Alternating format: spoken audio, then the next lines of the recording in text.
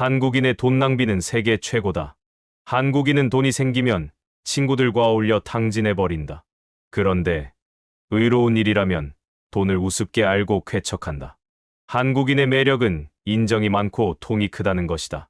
19세기 말 미국인 선교사 호머 얼버트는 한국에서 20년 이상을 활동하며 한국인들의 독특한 매력으로 낭비벽을 꼽았습니다. 그의 말을 뒷받침하는 미국 하버드 대학교 교수의 기고가 최근 세계인들의 큰 관심을 끌고 있는데요. 지금부터 그의 이야기를 통해 한국인들의 독특한 낭비벽에 대해서 알아보겠습니다. 이야기를 시작하기 전에 구독과 좋아요는 눌러주셨죠?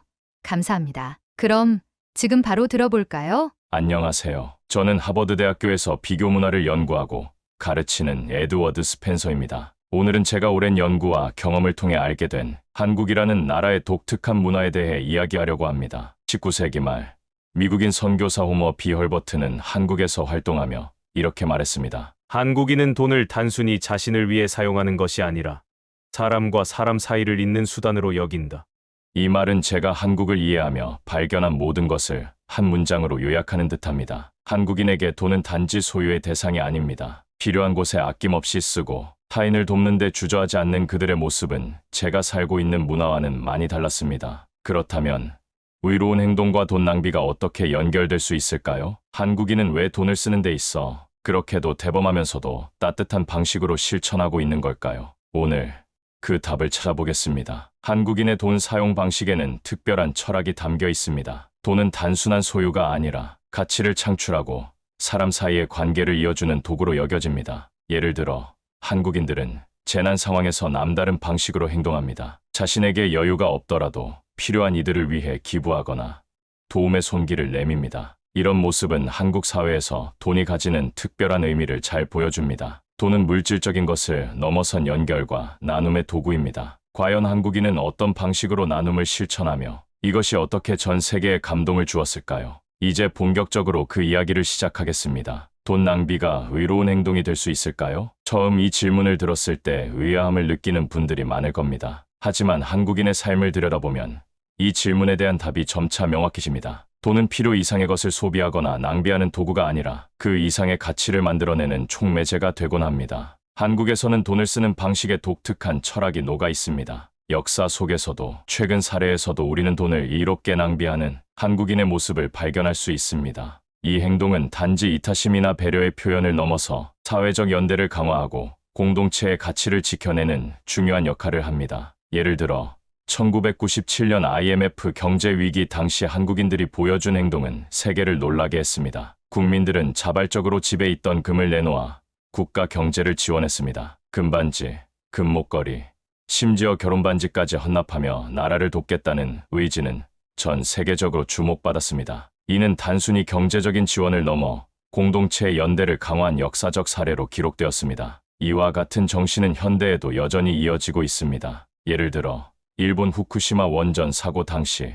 한국인들은 국경을 넘어 도움의 손길을 내밀었습니다. 일본과 역사적 갈등이 있었음에도 불구하고 국민들은 모금 활동에 적극 참여하며 이웃 나라의 재난 극복을 지원했습니다. 이는 한국인의 돈 사용 철학이 단순히 자신이나 자국을 위한 것이 아님을 보여줍니다. 최근에는 이러한 나눔의 방식이 더욱 진화하고 있습니다. LA 산불 사태 당시 한인들은 선결제를 통해 피해자들과 소방관들에게 음료와 식사를 제공하며 도움의 손길을 내밀었습니다. 이들은 돈이란 내가 가진 여유를 통해 다른 사람의 삶을 더 나아지게 하는 수단이라고 믿습니다. 이런 행동은 그 자체로 사람들에게 감동을 주고 한국인의 나눔 문화를 세계에 알리는 계기가 됩니다. 그렇다면 돈을 이렇게 사용하는 한국인의 철학은 어디에서 비롯된 것일까요?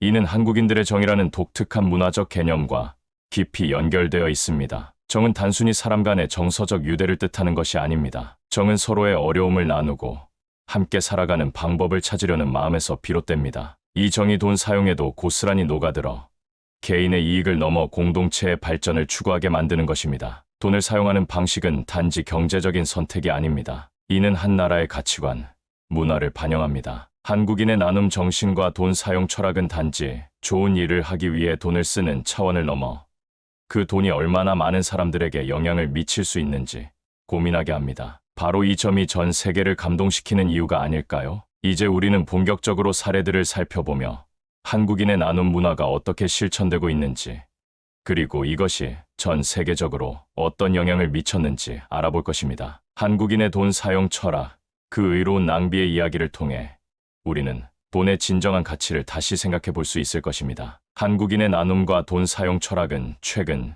재난 상황에서도 명확히 드러났습니다. 특히 전 세계가 주목했던 몇 가지 사례를 통해 그 의로운 정신을 확인할 수 있습니다. 첫 번째 사례는 2024년 미국 캘리포니아의 LA 산불 사태입니다. LA에서 대규모 산불이 발생하며 수많은 사람들이 집을 잃고 대피소로 몰려들었습니다. 이때 현지 한인 사회는 누구보다 빠르게 움직였습니다. 한인들이 운영하는 카페와 식당에서는 선결제 시스템을 통해 소방대원과 피해자들에게 무료 식사와 음료를 제공했습니다. 한인 식당 주인들은 이렇게라도 돕지 않으면 마음이 편치 않았다며 음식을 내놓았고, 카페들은 시민들의 기부금을 받아 음료를 미리 결제한 뒤 필요한 이들에게 나누어 주었습니다. 선결제라는 방식은 피해자들이 굳이 감사 인사를 하지 않아도 마음 편히 도움을 받을 수 있게 했습니다. 이뿐만 아니라 한인 단체들은 의류와 구호품도 적극적으로 기부했습니다. 지역 내 한인 의류 브랜드는 직접 제작한 옷과 마스크,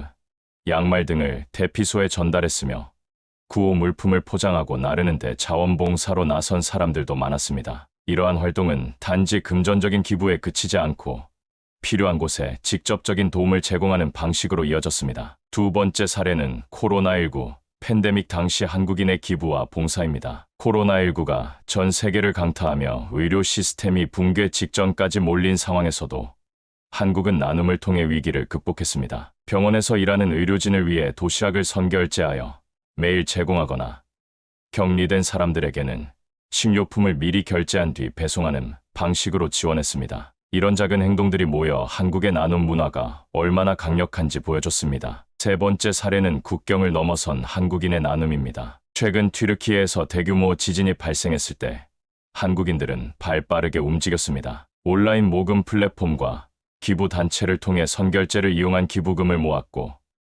이를 통해 생필품과 의료 물품을 지원했습니다. 한 한국 기업은 재난 지역에서 필요한 것이 무엇인지 직접 조사해 지원했다며 나눔의 효과를 극대화했습니다. 이러한 사례들이 특별한 이유는 단순히 돈을 기부하거나 물품을 전달하는 것을 넘어 나눔의 과정에서 받는 이들의 존엄성을 배려한다는 점입니다. 선결제 방식은 지원을 받는 사람들에게 불필요한 부담감을 주지 않으면서도 필요한 도움을 제공할 수 있는 세련된 방식입니다. 이는 나눔과 배려가 얼마나 조화롭게 시행될 수 있는지를 보여줍니다. 세계가 재난을 맞이할 때마다 한국인의 이러한 행동은 국제사회에 깊은 감동을 주었고 나눔의 새로운 모델로 주목받고 있습니다. 이제 우리는 일상 속에서도 이러한 나눔 문화가 어떻게 자리 잡고 있는지 살펴보겠습니다. 선결제가 단지 재난 상황에만 국한되지 않고 한국인의 일상에 녹아있는 방식은 더욱 놀라운 이야기를 담고 있습니다. 한국 사회에서 선결제와 기부 문화는 일상 속에서 깊이 뿌리내려왔습니다. 특히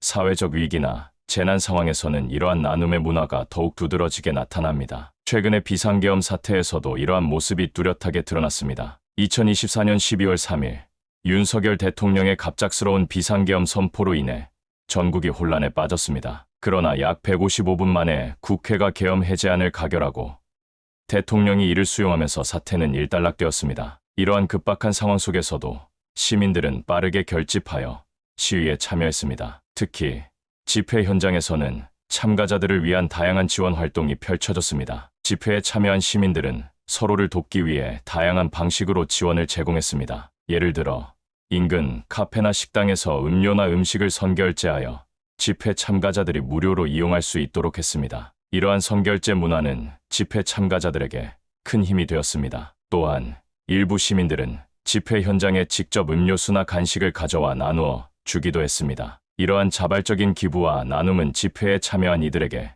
큰 위로와 지지를 제공했습니다. 이러한 모습은 과거의 집회 문화와도 연결됩니다. 1987년 6월 집회 시위 현장에서도 빵과 우유, 김밥과 음료수가 돌았으며 이는 곳곳에서 기부한 것들이었습니다. 이러한 선결제와 기부를 통한 지원은 단순한 물질적 나눔을 넘어 사회적 연대와 공동체 의식을 강화하는 데 큰 역할을 합니다. 시민들은 자발적인 나눔을 통해 서로를 지지하고 공동의 목표를 향해 함께 나아갑니다. 한국인의 이러한 나눔 문화는 단결력과 상부상조의 정신을 잘 보여줍니다. 위기 상황에서 서로를 돕고자 하는 이러한 마음가짐은 한국 사회의 강한 공동체 의식을 나타내며 이러한 문화는 앞으로도 계속해서 이어질 것으로 기대됩니다. 이러한 사례들은 한국 사회의 독특한 나눔 문화를 보여주며 위기 상황에서도 서로를 돕고자 하는 마음이 얼마나 깊이 뿌리내려 있는지를 잘 나타냅니다. 한국인의 의로운 돈 낭비는 재난 상황뿐 아니라 일상 속에서도 쉽게 찾아볼 수 있습니다. 이러한 나눔은 단지 특정 계층이나 단체의 일이 아닙니다. 한국인들은 지역사회와 일상에서 자연스럽게 선결제와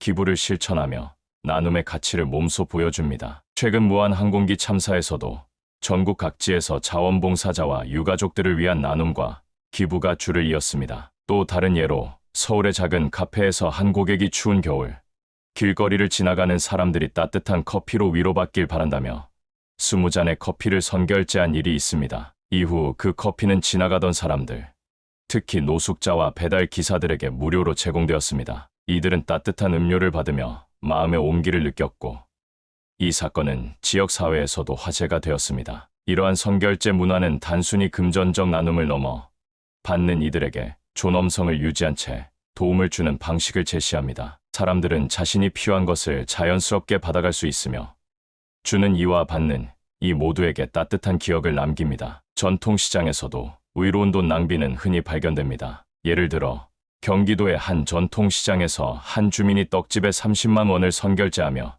필요한 어르신들께 떡을 나누어 달라고 부탁한 사례가 있습니다. 이후 떡집 주인은 지역 내 어르신들에게 무료로 떡을 나누어 주었고 이 소식은 지역 신문을 통해 알려지며 많은 사람들에게 감동을 주었습니다. 한국에서는 개인뿐 아니라 기업과 프랜차이즈도 선결제와 나눔 문화에 적극 동참하고 있습니다. 대형 카페 프랜차이즈에서는 고객이 선결제한 음료를 복지시설이나 지역의 어려운 이웃에게 전달하는 캠페인을 자주 운영합니다. 또한 편의점 체인점에서는 고객들이 간편하게 기부할 수 있도록 결제 시스템에 기부 옵션을 추가하여 저소득층 어린이들에게 간식을 제공하는 등 지속적인 나눔을 실천하고 있습니다. 이와 같은 기업의 참여는 나눔 문화를 확산시키는데 크게 기여하고 있습니다. 한국 사회에서는 선결제나 기부가 개인적인 만족을 넘어 지역 사회와 연대를 강화하는 역할을 합니다. 동네 가게에서 자발적으로 기부금을 모으거나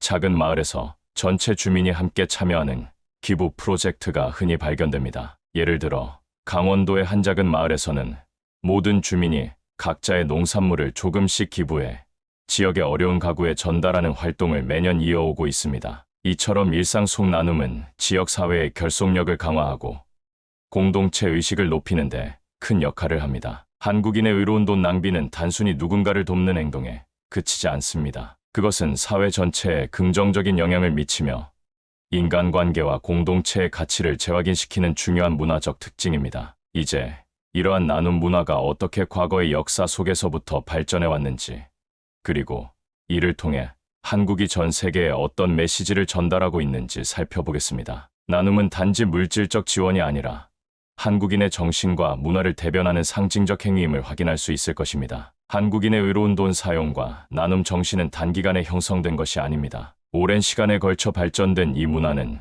여러 역사적 순간에서 확인할 수 있습니다. 그 중에서도 1997년 IMF 외환위기 당시의 금 모으기 운동은 전 세계를 놀라게 한 대표적인 사례입니다. 1997년 한국은 심각한 외환위기에 직면했습니다. 갑작스러운 경제 위기로 인해 국가 채무가 급증했고 정부는 국제통화기금 IMF로부터 구조 조정을 요구받았습니다. 이 시기는 기업들이 도산하고 대량 실업이 발생하며 국민들에게 큰 고통을 안겼습니다. 그러나 이 어려운 상황 속에서 한국인들은 놀라운 결단을 내렸습니다. 국가가 외환을 확보해야 한다는 사실이 알려지자 국민들은 자발적으로 자신의 금을 내놓기 시작했습니다. 금반지, 금목걸이, 심지어 결혼반지와 돌반지까지 아낌없이 헌납하며 나라를 살려야 한다는 의지를 행동으로 보여주었습니다. 금 모으기 운동은 1998년 1월 5일 대한적십자사와 한국은행이 주도하며 시작되었습니다. 첫날에만 약 200kg의 금이 모였고 이 운동은 전국적으로 확산되었습니다. 학생들, 어르신들, 회사원들까지 계층과 세대를 막론하고 참여하였습니다. 결국 약 350만 명이 참여하여 총 227톤의 금을 모았고 이를 통해 약 21억 달러 상당의 외환을 확보할 수 있었습니다. 이 기록은 단순히 물질적 기여를 넘어 국가적 위기에서 국민들이 어떻게 단결할 수 있는지를 보여주는 상징이 되었습니다. 금 모으기 운동은 국제사회에서도 큰 화제가 되었습니다. 세계 각국의 언론은 한국 국민들이 보여준 희생과 단결력을 집중 조명했습니다. 국민들이 자신의 금을 헌납하여 국가를 돕는 모습은 전례가 없는 일이라는 평가와 함께 이는 경제 위기를 극복하는 데 있어 국민적 연대가 얼마나 중요한지를 보여준 사례로 기록되었습니다. 이러한 정신은 현재에도 이어지고 있습니다. 최근 재난 상황에서의 선결제 문화나 기부 활동은 금 모으기 운동의 현대적 버전이라 할 수 있습니다. 사람들은 여전히 공동체를 위해 자신의 것을 나누는 데 망설이지 않으며 이는 단순한 나눔이 아닌 깊은 연대의 표현입니다. 금 모으기 운동은 한국인의 의로운 돈 낭비가 단지 개인적 선행이 아니라 공동체를 위한 적극적인 선택임을 보여주는 대표적 사례입니다. 한국인의 돈 사용 방식은 그들의 정신과 문화를 가장 잘 설명해주는 창이 될 것입니다. 한국인의 의로운 나눔 문화는 국경을 초월해 이어져 왔습니다. 그 중에서도 2011년 일본 후쿠시마 원전 사고 당시 보여준 한국인들의 기부와 지원은 전 세계적으로 큰 감동을 주었습니다. 두 나라 사이의 역사적 갈등에도 불구하고 한국인들은 인도주의적 지원을 통해 진정한 연대의 가치를 보여주었습니다. 2011년 3월 11일, 일본은 대지진과 쓰나미로 인해 엄청난 피해를 입었습니다. 이 재난은 후쿠시마 원전 사고로 이어져 일본뿐만 아니라 전 세계를 긴장시키는 사건으로 기록되었습니다. 당시 한국에서는 재난 소식을 접하자마자 각계각층에서 일본을 돕기 위한 움직임이 시작되었습니다. 시민들은 대규모 모금 운동에 자발적으로 참여했으며 단체와 기업들도 이에 동참했습니다. 특히 많은 한국인들이 일본을 돕기 위해 금전적 지원을 아끼지 않았습니다. 다양한 모금 활동이 펼쳐졌고 이 과정에서 수억 원의 기부금이 모였습니다. 이와 같은 사례들은 한국인의 돈 사용 철학이 단지 자신을 위한 것이 아니라 세계를 향한 따뜻한 메시지를 담고 있음을 보여줍니다. 이러한 나눔의 정신은 오늘날에도 이어지고 있으며 앞으로도 국제사회에서 중요한 역할을 할 것입니다. 제가 한국의 역사를 연구하고 한국인들의 삶을 가까이에서 관찰하며 느낀 가장 큰 특징 중 하나는 바로 의로운 나눔의 문화입니다. 한국인들은 단순히 기부하거나 돕는 데 그치지 않고 이 나눔을 하나의 철학으로 실천하며 살아갑니다. 그렇다면 왜 한국인들은 이러한 민족성을 갖게 되었을까요? 그리고 이 특성이 왜 세계적으로 독특하며 우리가 이를 본받아야 하는 이유는 무엇일까요? 먼저 한국인들이 이런 나눔의 정신을 갖게 된 배경을 살펴보면 역사와 문화의 맥락이 깊이 자리 잡고 있음을 알 수 있습니다. 한국은 수많은 외세의 침략과 전쟁, 그리고 가난을 경험했습니다. 그러나 이러한 고난 속에서 한국인들은 생존을 위해 서로를 돕고 연대하는 법을 배웠습니다. 공동체의 생존이 곧 개인의 생존과 직결되었기에 이들은 어려움 속에서 서로를 버팀목 삼아 살아갔습니다. 특히 한국의 전통적 가치관인 정은 이러한 민족성을 이해하는 중요한 열쇠입니다. 정은 단순한 감정적 연결이 아니라 서로의 아픔과 어려움을 나누고 함께 이겨내려는 공동체 의식을 뜻합니다. 이는 역사 속에서 한국인들이 위기를 극복하는 원동력이 되었고 이러한 문화적 특성은 오늘날에도 강하게 이어지고 있습니다. 한국인들의 나눔이 세계적으로 독특한 이유는 그들의 행동이 단지 물질적 지원을 넘어 도움을 받는 사람의 존엄성을 배려한다는 점에 있습니다. 이런 행동은 다른 문화권에서는 보기 드문 특징입니다. 많은 사회에서 나눔은 종종 일방적이며 때로는 받는 사람에게 심리적 부담을 줄 수 있습니다. 반면 한국에서는 나눔이 자연스러운 관계의 일부로 이루어지며 이는 그들만의 특별한 문화적 자산으로 평가받을 수 있습니다. 또한 한국인의 나눔 문화는 위기를 기회로 전환하는 힘을 보여줍니다. 예를 들어 IMF 외환위기 당시의 금 모으기 운동이나 일본 원전 사고 당시의 지원 활동은 단순히 위기를 극복한 사례가 아닙니다. 이는 한국인들이 공동체의 이익을 위해 기꺼이 자신을 희생할 수 있음을 전 세계에 알린 계기가 되었습니다. 이런 행동은 단순히 경제적 성과를 넘어 한국이라는 국가의 이미지를 긍정적으로 변화시키는 데 기여했습니다. 이제 세계는 점점 더 복잡하고 상호 연결된 위기를 맞이하고 있습니다. 기후변화, 팬데믹, 그리고 사회적 불평등과 같은 문제들은 개별 국가나 개인이 해결할 수 없습니다. 이런 상황에서 한국인의 나눔 문화는 중요한 교훈을 제공합니다. 첫째, 개인의 이익을 넘어서 공동체의 번영을 추구하는 태도는 세계가 직면한 문제를 해결하는 데 있어 필수적입니다. 한국인들은 개인의 희생을 두려워하지 않고 공동체의 이익을 위해 기꺼이 자신의 것을 나누는 민족성을 가지고 있습니다. 이는 협력과 연대가 필요할 때 전 세계에 강력한 영감을 줄 수 있습니다. 둘째, 존엄성을 존중하는 나눔의 방식은 나눔의 지속 가능성을 높이는 데 기여합니다. 단순히 물질적 도움을 주는 것을 넘어 도움을 받는 이들의 자존감을 보호하고 나눔을 하나의 자연스러운 과정으로 만드는 한국인의 방식은 글로벌 사회에서도 큰 본보기가 될 수 있습니다. 셋째, 위기 속에서의 단결은 불가능해 보이는 상황에서도 변화와 극복을 가능하게 합니다. 한국인들은 역사적으로 이러한 단결의 힘을 통해 놀라운 성과를 이루어왔습니다. 이는 다른 국가와 사회가 직면한 문제를 해결하는데도 귀중한 교훈을 제공합니다. 결론적으로 한국인의 의로운 나눔은 단지 한국의 독특한 문화적 특징이 아닙니다. 이는 현대 사회가 직면한 많은 문제를 해결하는 데 필요한 중요한 가치이자 원칙입니다. 우리가 한국인들의 나눔과 연대의 정신을 배우고 실천한다면 더 나은 세계를 만들어가는 데 큰 힘이 될 것입니다. 한국인의 나눔과 의로운 돈 사용은 단순한 선행을 넘어선 깊은 철학과 문화적 가치를 보여줍니다. 그들은 개인의 이익을 넘어 공동체의 번영을 위해 자신을 희생하며 나눔을 하나의 삶의 방식으로 실천하고 있습니다. 역사적 아픔과 위기 속에서 뿌리내린 이러한 민족성은 오늘날에도 한국 사회를 움직이는 중요한 원동력이자 전 세계가 주목하는 모범이 되고 있습니다. 한국인은 역사적으로 수많은 위기 속에서 서로를 믿고 돕는 방식으로 어려움을 극복해왔습니다. 이제 우리는 이러한 한국인의 나눔 문화가 단지 그들만의 특징이 아니라 전 세계가 본받아야 할 중요한 가치임을 알게 되었습니다. 나눔은 물질적인 도움에 그치는 것이 아니라 서로의 아픔을 나누고 함께 더 나은 세상을 만들어가려는 의지에서 비롯됩니다. 오늘 이 이야기를 통해 한국인의 의로운 나눔이 단순한 행동이 아니라 세상을 더 나은 곳으로 만드는 강력한 철학임을 느끼셨기를 바랍니다. 우리가 이들의 나눔 정신을 배운다면 더 나은 사회, 더 나은 세계를 만들어가는데 한 걸음 더 가까워질 수 있을 것입니다. 감사합니다. 오늘은 에드워드 스펜서 교수님의 깊은 통찰로 잘 설명된 한국인들의 의로운 낭비에 대해서 들어봤는데요. 어떠신가요? 이런 낭비라면 자랑스러운 낭비 아닌가요? 정말 한국 사람들의 남다른 이타심은 세계에서 그 유래를 찾기 힘들 정도일 것 같습니다. 오늘의 이야기도 같이 공감하셨다면 구독과 좋아요 부탁드려요. 끝까지 시청해 주셔서 감사합니다.